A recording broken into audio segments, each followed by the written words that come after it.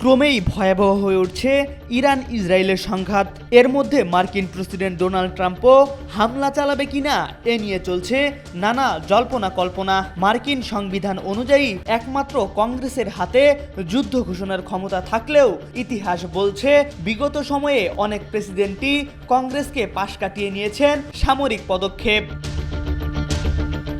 এবার ট্রাম্প যাতে এ ধরনের উদ্যোগ নিতে না পারে তার জন্য উঠে পড়ে লেগেছেন কিছু মার্কিন কংগ্রেসম্যান। তাদের মতে এটা আমেরিকার যুদ্ধ নয়। এছাড়া ইরানে হামলা চালানো নিয়ে মার্কিনীদের মধ্যেও শুরু হয়েছে মতভেদ। হামলায় যুক্তরাষ্ট্রের জড়িত না হওয়ার দাবিতে এবারে নিউ ইয়র্কে বিক্ষোভ হয়েছে। এর আগে মার্কিন প্রেসিডেন্টের সরকারি বাসভবন হোয়াইট হাউসের সামনেও যুদ্ধবিরোধী বিক্ষোভ হয়। তবে ইরান ইসরায়েল সংঘাতের এমন উত্তেজনার মাঝে ট্রাম্প যেসব বক্তব্য দিয়েছেন সেগুলো ছিল পরস্পর বিরোধী। ট্রাম্পের এমন অবস্থানে সংঘাত যত বাড়ছে ততই অনিশ্চয়তা তৈরি হচ্ছে।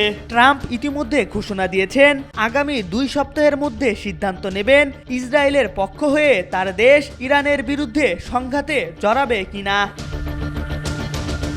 অনেক বিশ্লেষক ট্রাম্পের এমন দোদুল্যমান অবস্থান দেখে ধারণা করছেন এই যুদ্ধে তার নিজস্ব কোনো অবস্থান নেই, বরং ইসরায়েলি প্রধানমন্ত্রী বেনিয়ামিন নেতানিয়াহুই ট্রাম্পকে যুদ্ধে জড়াতে প্রভাবিত করছে।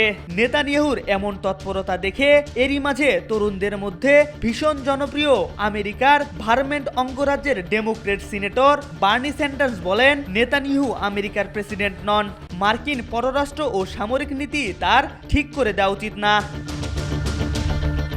চলমান এ উত্তেজনায় না জড়াতে ট্রাম্পের ওপর সাংবিধানিক চাপ রয়েছে।